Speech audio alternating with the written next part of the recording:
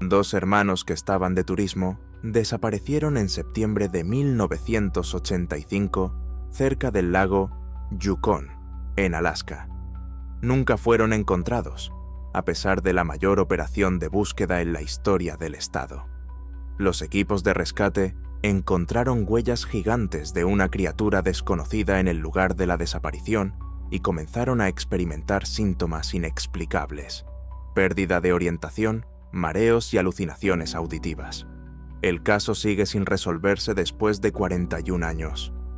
Thomas y David Mackenzie eran excursionistas experimentados de Seattle, Washington. Thomas tenía 32 años y trabajaba como ingeniero para una empresa especializada en la construcción de puentes. David, 5 años más joven, enseñaba geografía y biología en la escuela secundaria Capitol Hill. Ambos realizaban regularmente excursiones de varios días por las montañas Cascade y a lo largo de la costa del Pacífico. Durante más de 10 años de viajes juntos, habían recorrido la ruta Pacific Crest Trail, la ruta John Muir Trail en Sierra Nevada y tramos de la ruta Appalachian Trail. Nunca hubo incidentes, contratiempos, ni llamadas de auxilio a los equipos de rescate. En febrero de 1985, los hermanos comenzaron a planificar un viaje a Alaska. Thomas compró mapas topográficos de la región, libros sobre la fauna de Alaska y guías de supervivencia para latitudes septentrionales.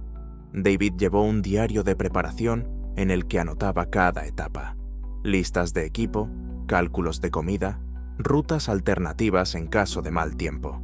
Estudiaron informes de otros turistas, consultaron con instructores de clubes de montaña y realizaron un curso de primeros auxilios en la naturaleza. La preparación fue impecable.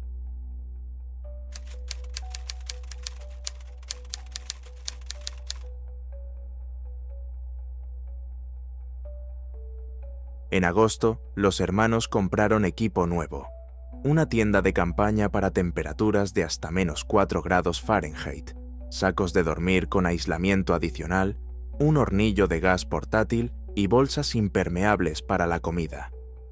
Thomas compró un transmisor de emergencia por satélite, que en 1985 era una rareza y costaba más de $1,000. Este dispositivo podía enviar una señal de socorro en la frecuencia del servicio de rescate aéreo. Nunca se utilizó.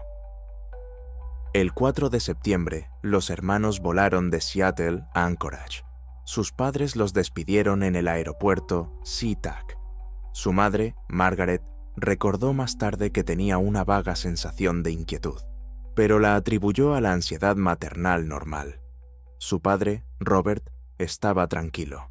Sus hijos habían hecho senderismo docenas de veces y siempre habían regresado a tiempo y sin incidentes. Thomas prometió llamar cada 2 o 3 días desde zonas pobladas con cobertura móvil. Sus últimas palabras antes de embarcar en el vuelo fueron las típicas: «Nos vemos en 2 semanas, no te preocupes, todo irá bien». En Anchorage, los hermanos pasaron la noche en un motel cerca del aeropuerto. La administradora, Linda Gray, los recordaba: 2 chicos altos con mochilas, educados, que preguntaban por las condiciones meteorológicas de la semana siguiente y se interesaban por las rutas al Parque Nacional. La mañana del 5 de septiembre se marcharon a las 8:07 de la mañana. El 6 de septiembre, los hermanos se detuvieron en el centro de visitantes del Parque Nacional Wrangell St. Elias. La guardabosques Catherine Morgan los registró en el libro de visitas. Recordaba haber hablado con ellos. Thomas le preguntó por la actividad de los osos en esa época del año, por las secciones difíciles de la ruta y por los lugares donde reponer sus reservas de agua. Morgan les dio las recomendaciones habituales: guardar la comida en recipientes a prueba de osos, permanecer en los senderos señalizados y, si se encontraban con un oso, no correr, sino retroceder lentamente. Los hermanos escucharon con atención y hicieron preguntas para aclarar dudas. Todo parecía indicar que se trataba de excursionistas experimentados. El 7 de septiembre, la primera llamada a sus padres llegó desde Glenallen. Thomas habló con su padre durante unos 5 minutos. Robert anotó la conversación en un cuaderno, un hábito de su trabajo que le llevaba a grabar siempre las conversaciones importantes. Thomas informó de que todo iba según lo previsto. Habían visto un alce y 2 osos a lo lejos. El tiempo era excelente y estaban muy animados. David saludó y dijo que el paisaje era increíble y que sin duda les enseñarían fotos. Acordaron volver a llamar el día 10 desde Chistona. En Glenallen, los hermanos alquilaron un jeep a un residente local, Frank Thompson. Thompson era propietario de un pequeño negocio de alquiler de coches para turistas. Recordaba a los hermanos porque le hicieron muchas preguntas sobre las carreteras que llevaban al lago Yukon. Thompson les advirtió que la carretera estaba en mal estado, sin asfaltar y que se convertía en un lodazal después de llover. Les recomendó que no fueran allí, sino que eligieran la ruta más popular hacia el glaciar Kennecott. Pero Thomas dijo que les interesaban los lugares menos visitados, donde pudieran ver la fauna sin multitudes de turistas. Thompson se encogió de hombros y les dio el coche a cambio de un depósito y un contrato firmado. El 8 y 9 de septiembre, los hermanos condujeron hasta el lago Yukon. La ruta seguía un camino de grava a lo largo del río Copper y luego giraba hacia el norte a través de un puerto de montaña. El viaje duró 2 días debido al mal estado de la carretera y a las frecuentes paradas para hacer fotos. El propietario de una cafetería en el pueblo de Chitina, por donde pasaron el día 8, recordaba a 2 jóvenes que cenaron allí alrededor de las 7 de la tarde. Pidieron filetes de alce, patatas y café. Dejaron una generosa propina y preguntaron a qué distancia estaba el lago Yukon. La propietaria les respondió que quedaban otras 50 millas por una carretera en mal estado y que sería mejor pasar la noche en el pueblo y salir por la mañana. Los hermanos estuvieron de acuerdo y alquilaron una habitación en el único motel de la zona. La mañana del 9 de septiembre salieron temprano, alrededor de las 6 de la mañana. La propietaria del motel, Dorothy Hill, los vio cargar sus mochilas en el coche. Les trajo un termo con café, un obsequio para los huéspedes. Los hermanos le dieron las gracias y David dijo que era el mejor motel en el que se habían alojado en Alaska. Dorothy sonrió y les deseó suerte. Esa fue la última vez que alguien vio a los hermanos con vida o habló con ellos. El 9 de septiembre, alrededor del mediodía, devolvieron el jeep a Thompson en el pueblo de Chistona. Thompson inspeccionó el coche. Todo estaba bien, no había daños. Les preguntó cómo había ido el viaje. Thomas respondió que habían llegado sanos y salvos, que la zona era preciosa y que iban a continuar a pie. Thompson asintió, les devolvió el depósito y los hermanos sacaron sus mochilas del maletero y se dirigieron hacia el sendero que llevaba al lago. Este fue el último lugar en el que se registró oficialmente su paradero. Cuando los hermanos no llamaron el 14 de septiembre, Robert Mackenzie comenzó a llamar a la policía de Alaska. La primera llamada fue a la oficina del sheriff del condado de Valdez, Córdoba. El agente de guardia dijo que los adultos tienen derecho a estar varios días sin dar señales de vida, que quizá habían cambiado de planes o se habían retrasado, y que no había motivo para preocuparse. Robert insistió en que sus hijos siempre llamaban a la hora prevista, y que esto no era propio de ellos. El agente tomó declaración, pero no tomó ninguna medida al respecto. El 15 de septiembre, Robert llamó directamente al Servicio de Parques Nacionales. El guardabosques Douglas Haynes se tomó el asunto más en serio. Comprobó los registros de todas las estaciones del parque. Los hermanos se habían registrado el día 6, pero después de eso no aparecían en ningún sitio. Haynes sabía que la ruta al lago Yukon no requería un registro obligatorio, pero los excursionistas experimentados suelen informar a los guardabosques de sus planes. La falta de dicha información era alarmante. El 16 de septiembre se organizó el primer equipo de búsqueda.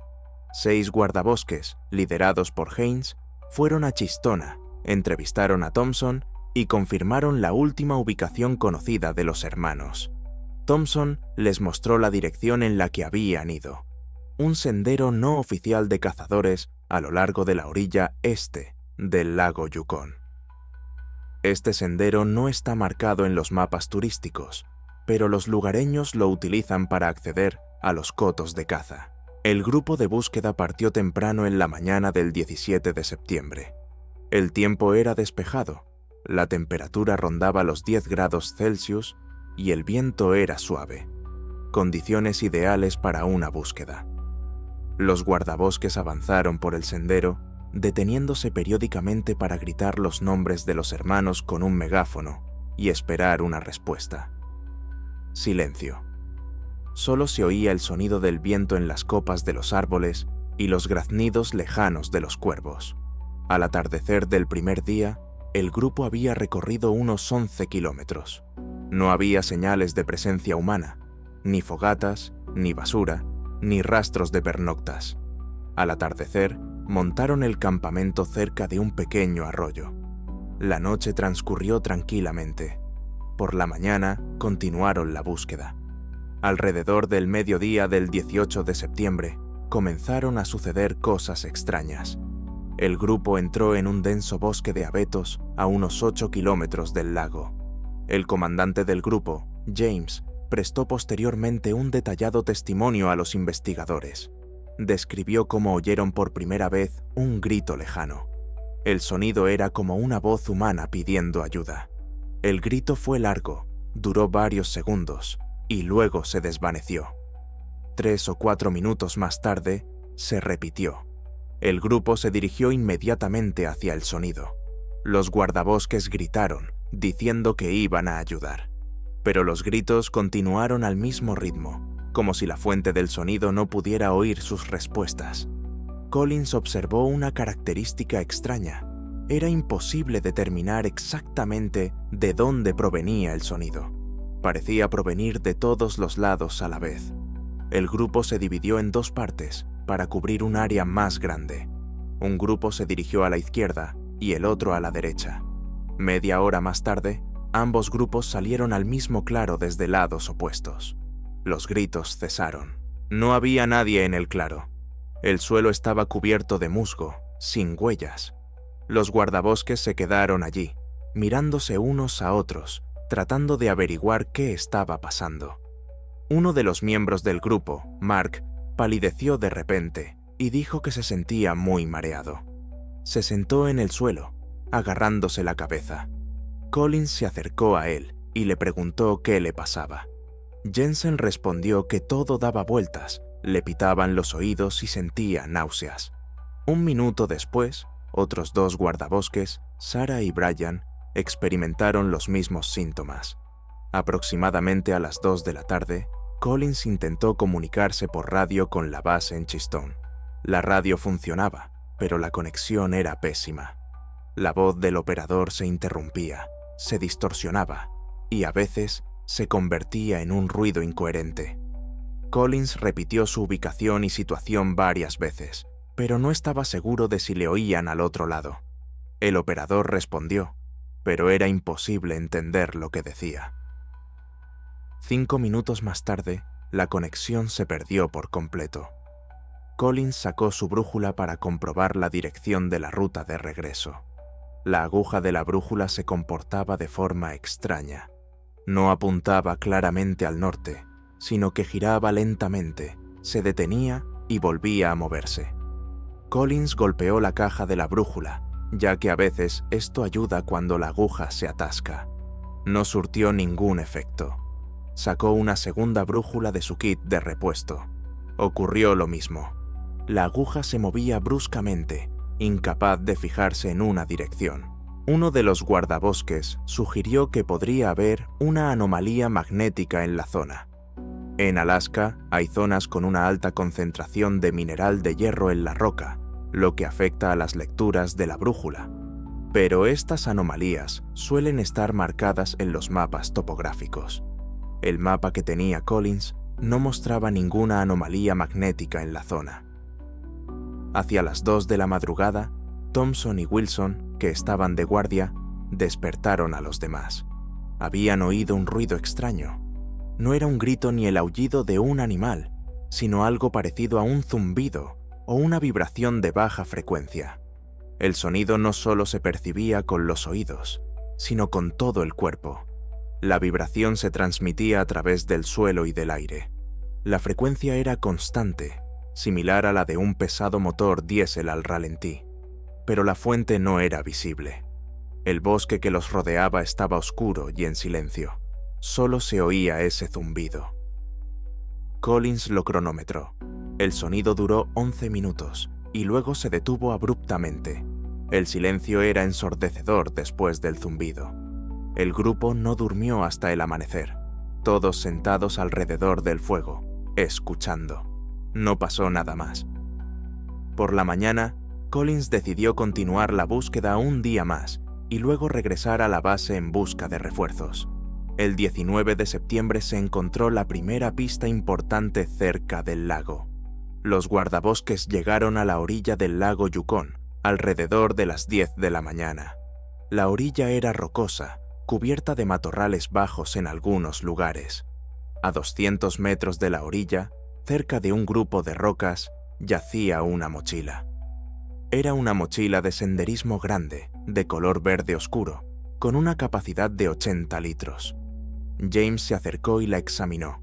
La mochila estaba cuidadosamente colocada en el suelo. Todas las cremalleras estaban cerradas. La solapa estaba cubierta y las correas estaban ajustadas. James se puso los guantes y abrió la mochila. Dentro había ropa, un saco de dormir, un hornillo de gas, una fiambrera, provisiones en bolsas selladas, una linterna, un cuchillo, mapas y documentos. James revisó los documentos. Un carnet de conducir a nombre de Thomas, con fecha de nacimiento del 16 de marzo de 1953.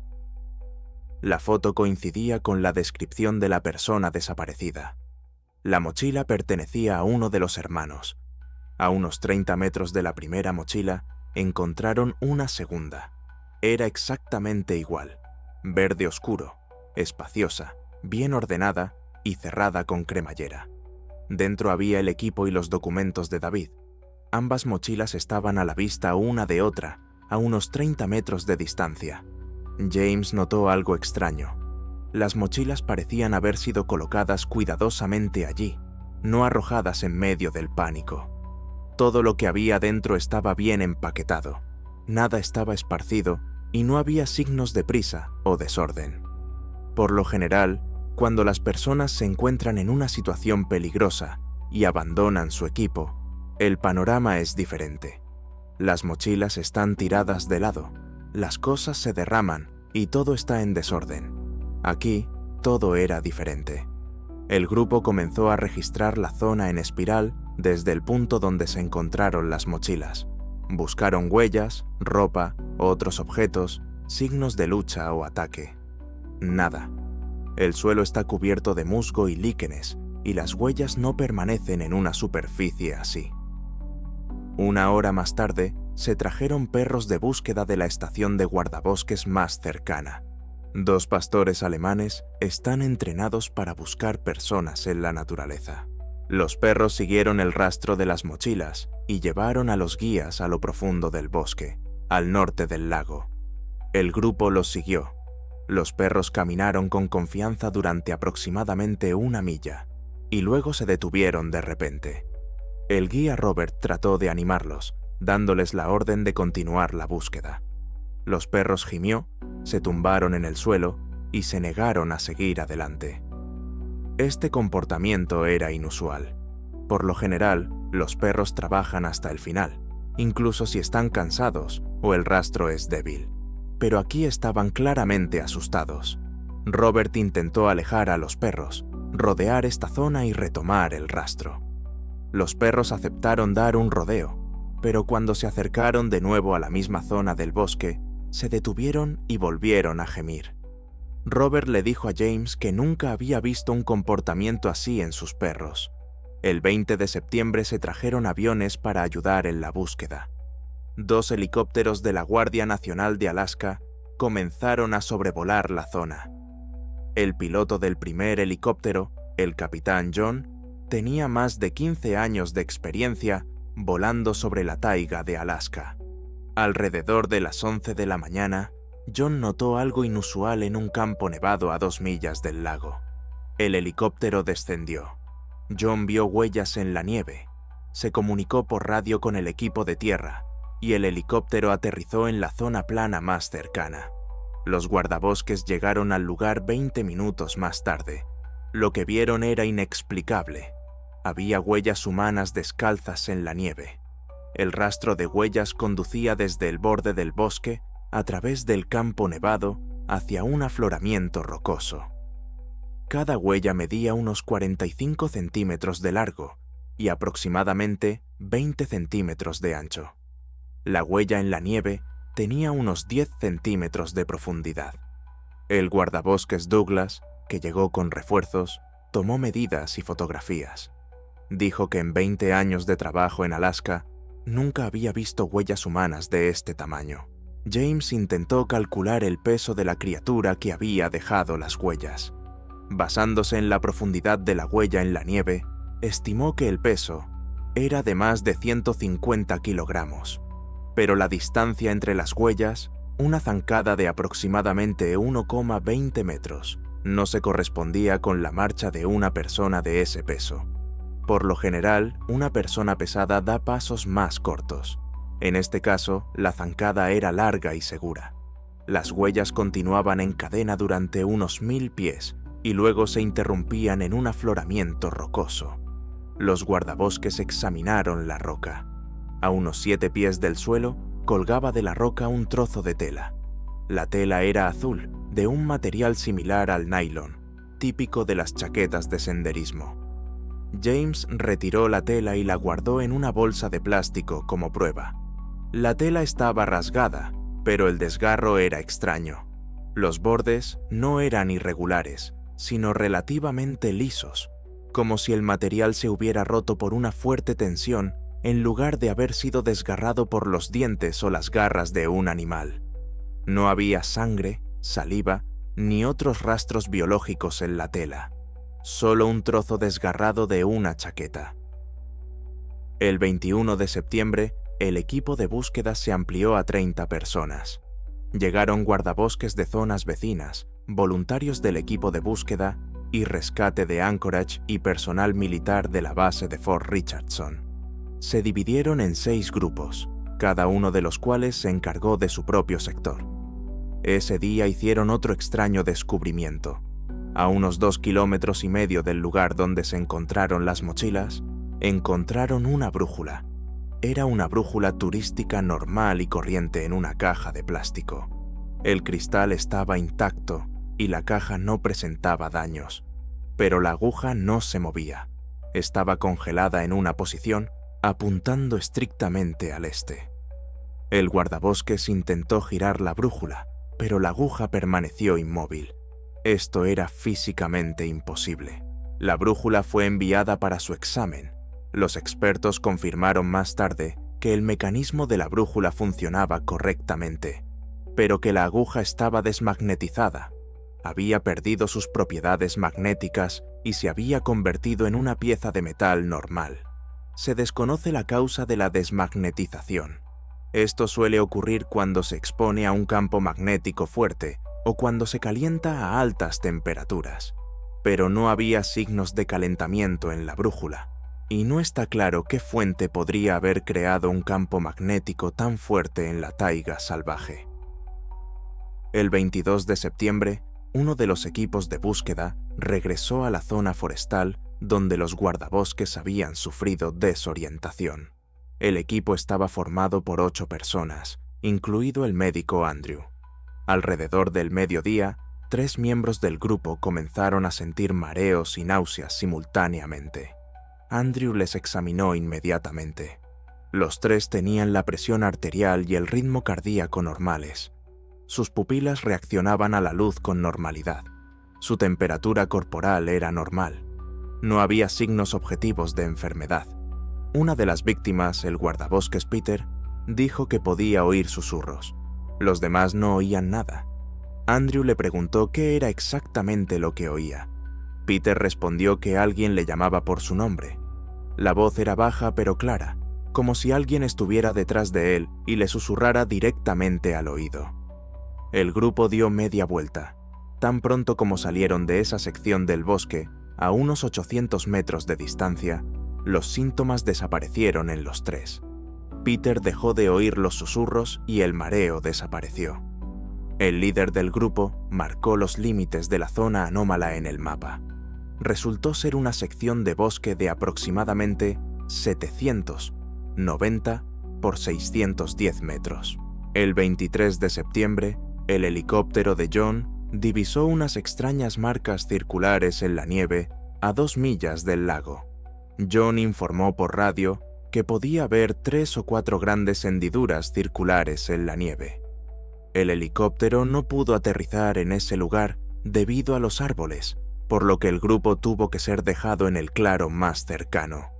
Los guardabosques llegaron al lugar a pie en 40 minutos. Lo que vieron sorprendió a todos. Había 4 huellas perfectamente redondas en la nieve.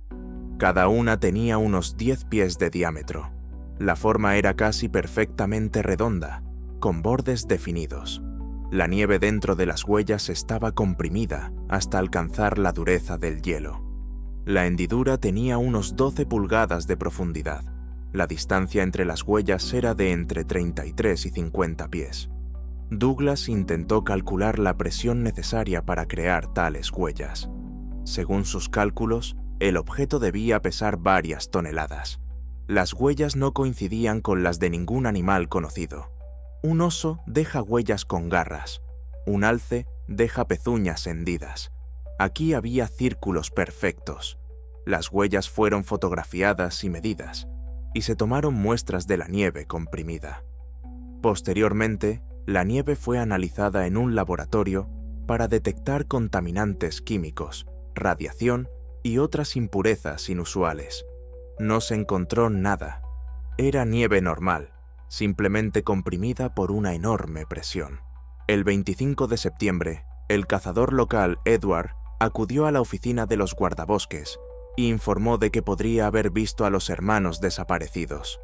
Había estado cazando cerca del lago Yukon el 9 o 10 de septiembre.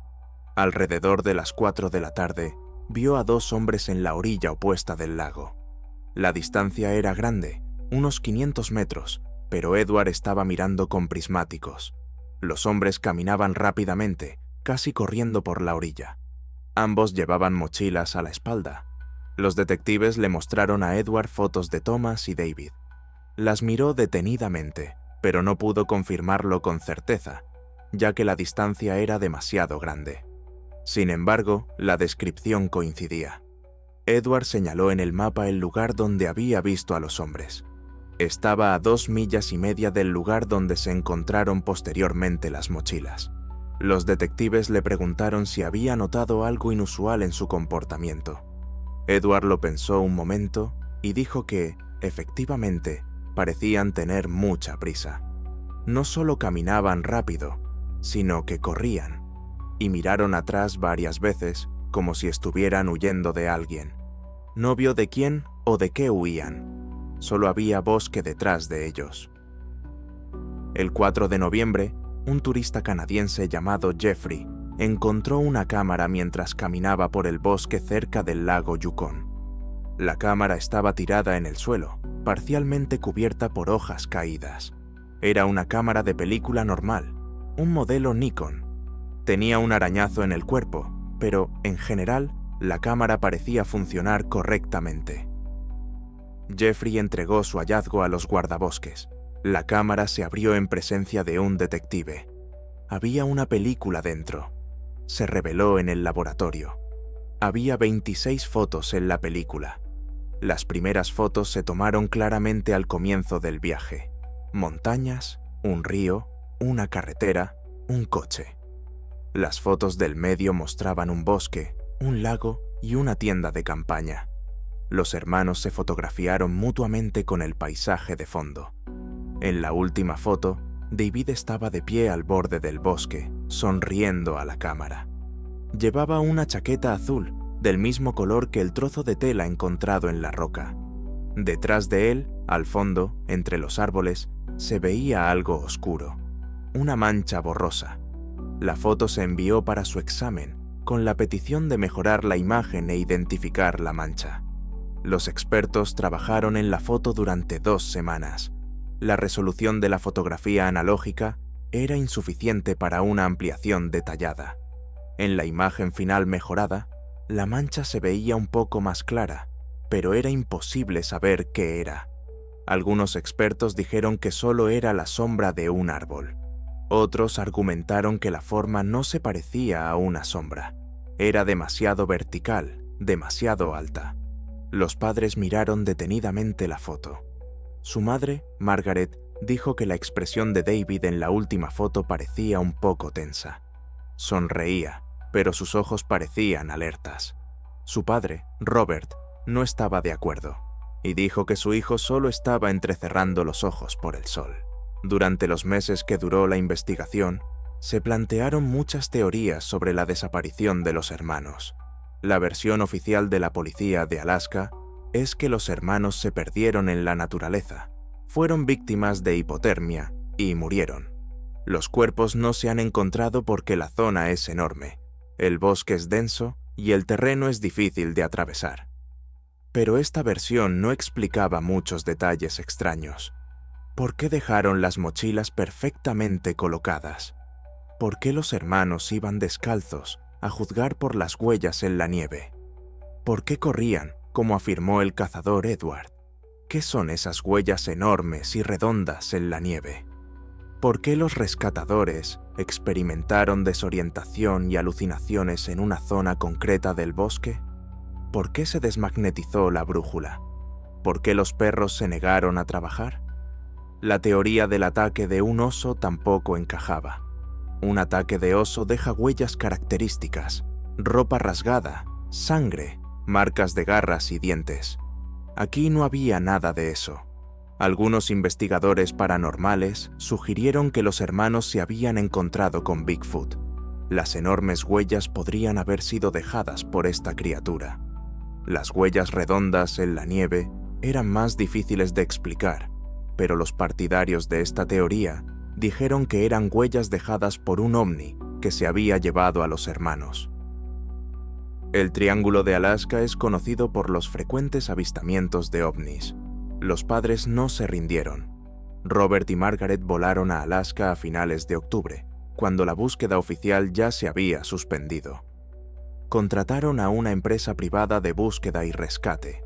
10 rescatistas profesionales trabajaron durante otras 2 semanas, peinando la zona. No hubo resultados. Robert ofreció una recompensa de $10,000 por cualquier información que condujera a la localización de sus hijos. Varias personas llamaron, pero la información fue inútil. En la primavera de 1986, cuando se derritió la nieve, se reanudó la búsqueda. Un grupo de voluntarios volvió a recorrer toda la ruta. Encontraron algunos objetos más, parte de una cuerda, un cuenco de plástico, una taza de metal. Los objetos podían haber pertenecido a los hermanos, pero también a otros turistas. El verano pasó sin resultados. En otoño, la búsqueda finalmente se suspendió. La desaparición de los hermanos se convirtió en uno de los casos más famosos del Triángulo de Alaska. El caso apareció en libros de investigadores paranormales y en documentales sobre desapariciones misteriosas. El autor de libros sobre el fenómeno Missing 411 mencionó el caso como un ejemplo clásico de desaparición, con características distintivas: turistas experimentados, buen tiempo, circunstancias extrañas y ninguna explicación lógica. Los residentes locales siguen evitando la zona forestal donde los rescatistas sufrieron desorientación. Los cazadores llaman a este lugar la zona sin retorno. Dicen que a veces se oyen sonidos extraños, se ven luces en el cielo y la gente pierde el rumbo, incluso con GPS. Robert murió en 2002 sin llegar a saber qué les había ocurrido a sus hijos. Margaret vivió hasta 2015. Hasta sus últimos días, mantuvo la esperanza de que los hermanos estuvieran vivos, de que de alguna manera hubieran sobrevivido y volvieran algún día. Antes de morir, pidió que sus cenizas fueran esparcidas sobre el lago Yukon, donde Thomas y David fueron vistos por última vez. El caso sigue sin resolverse. La versión oficial es que se trató de un accidente en la naturaleza. Las versiones alternativas van desde un encuentro con una criatura desconocida hasta el secuestro por fuerzas extraterrestres. Nadie sabe la verdad. El Triángulo de Alaska guarda sus secretos. Eso es todo, amigos. Escriban sus opiniones en los comentarios y nos vemos en nuevos vídeos.